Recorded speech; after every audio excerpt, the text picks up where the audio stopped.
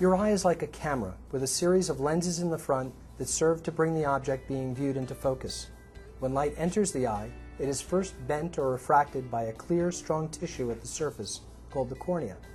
It then passes through the lens of the eye to focus incoming light onto the retina, the film in the back of the eye.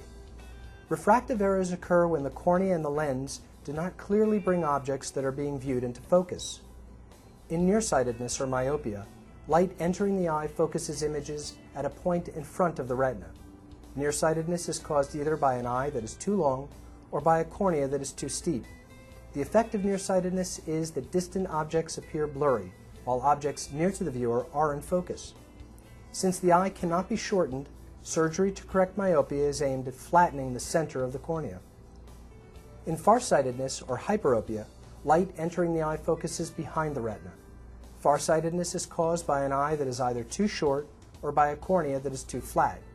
The result of farsightedness is that objects near to the viewer appear blurry, while objects in the distance may be seen in focus. As time goes on, distance vision is typically affected as well. Surgery to correct hyperopia is therefore accomplished by making the central cornea steeper.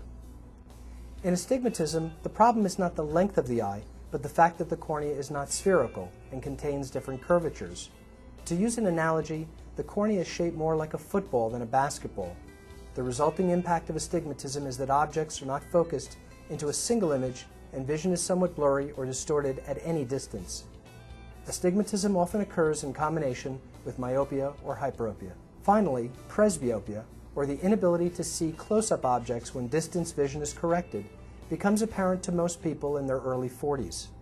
This condition occurs as the natural lens inside the eye begins to crystallize and lose its ability to change shape to focus on near objects. Since the excimer laser only treats the surface tissue of the eye, it cannot be used to directly correct presbyopia, although, as I will discuss later in this presentation, it may be used to create useful reading vision in one eye, a strategy called monovision or modified monovision.